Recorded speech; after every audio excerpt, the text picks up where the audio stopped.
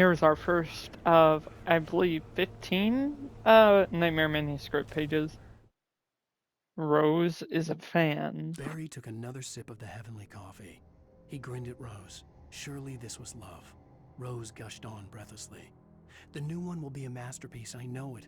You must tell him not to listen to the trolls in the forums saying Departure will never get finished. He should take his time and make it perfect. I can wait. Page 2. The Dark Presence wakes up. For a long time, the dark presence had been weak, sleeping. Nothing but a half-forgotten nightmare or a shadowy flicker in the corner of an eye in the forest at night. Not real enough to properly exist, and yet too evocative to fade away completely. Now it was waking up. The rider like a fly caught in a spider's web, each jerk and kick vibrating the strands that led deep into its lair. It was aware of him now, and it could use him. All he'd need was a little incentive. I had to get inside the gas station to find a phone to call for help. Toby the dog. Toby knew the smell. It was the man, the nice man who always gave him treats and never got tired of playing with him. Toby wagged his tail in excited anticipation and gave a joyous bark. Then there was another smell, a wrong smell, and it was alien enough to stop Toby in his tracks. Confused, he growled deep in his throat. The wrong smell came from the nice man. Blind animal terror pierced the dog's brain an instant before the axe followed suit. No, Toby. Oh man. The dark presence had touched the girl to lure the rider into a trap. Now it was night, and he lay helpless, drugged, lit only by the flickering of the TV screen filled with static. Shadows coalesced in the room as the dark presence leaned close to the rider, ready to touch him again. Back to work, boy.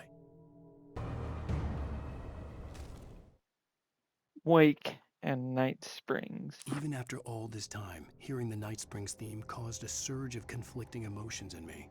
It'd been my first real writing gig.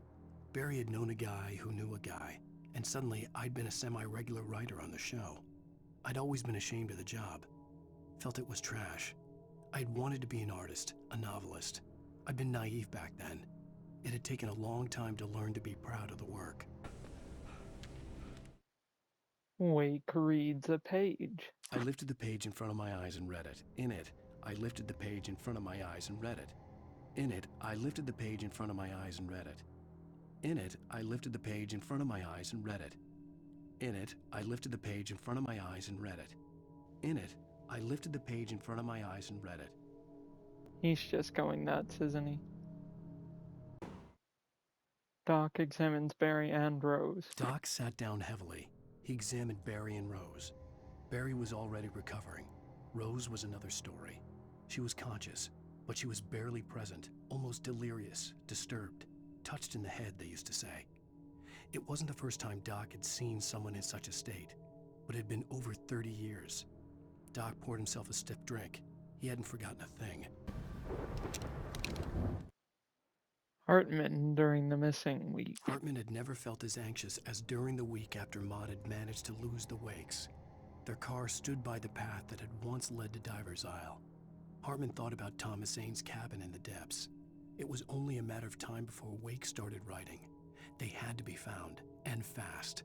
The moment he heard on the police radio that Sheriff Breaker had picked up Wake, he was already in his car driving toward town. Children of the Elder God, Lyrics 1. Children of the Elder God lyrics by Old Gods of Asgard. The first verse and chorus. Warriors, torchbearers, come redeem our dreams. Shine a light upon this night of otherworldly fiends. Odin's might be your guide, divorce you from the sane. Hammer's way will have its say, rise up in their name. O memory and thought, jet black and clawed, children of the Elder God, scourge of light upon the dark. Amazing songwriting skills, Ellen. She had been living this. The Poet and the Muse, Lyrics 4. The Poet and the Muse, lyrics by Old Gods of Asgard, the chorus. And now to see your love set free, you will need the witch's cabin key. Find the Lady of the Light, gone mad with the night. Find the Lady of the Light, still raving in the night. That's how you reshape destiny. These songs are actually so cool, though. Children of the Elder God lyrics, too. Children of the Elder God lyrics by Old Gods of Asgard, the second verse and chorus. Scratching hag, you can rake your claws and gnash your crooked teeth. You've taken slaves like ocean waves, now feel the ocean seethe. Father Tor bless the war between the dark and light. In their songs let their wrongs bring disillusion's night. O memory and thought, jet black and clawed, children of the Elder God, scourge of light upon the dark.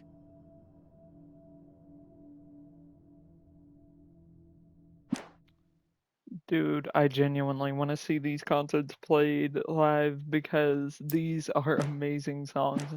And I don't think, to my knowledge, that Poets of the Fall actually plays their Alan Wake material other than that one time at the Game Awards for Alan Wake 2. But we will get to that when we do Alan Wake 2.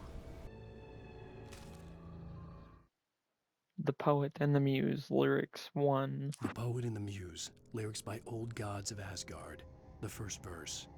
There's an old tale wrought with mystery of Tom the poet and his muse, and a magic lake which gave a life to the words the poet used. Now the muse she was his happiness, and he rhymed about her grace, and told her stories of treasures deep beneath the blackened waves, till in the stillness of one dawn, still in its misty crown, the muse she went down to the lake, and in the waves she drowned. Absolutely beautiful.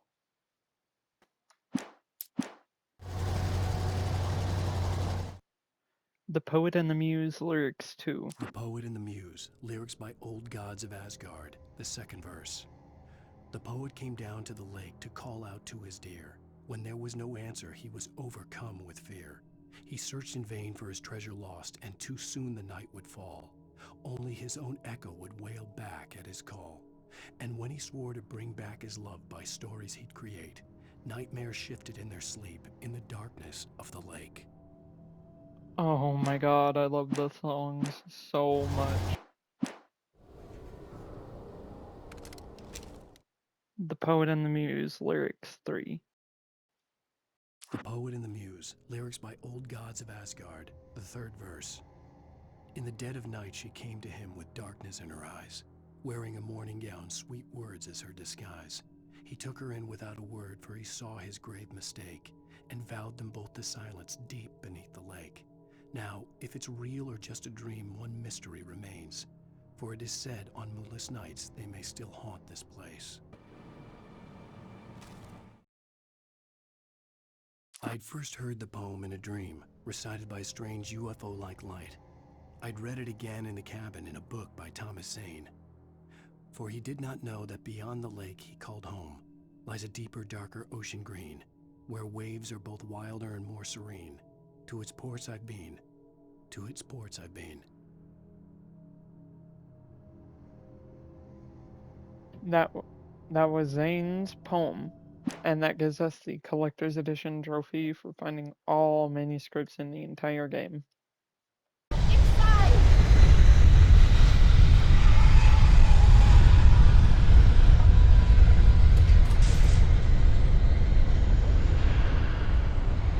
You made it. Well done. I'm glad I was wrong. It was a foolish chance to take. Don't worry about the noise. We're safe here. I have looked after the well-lit room for many, many years now.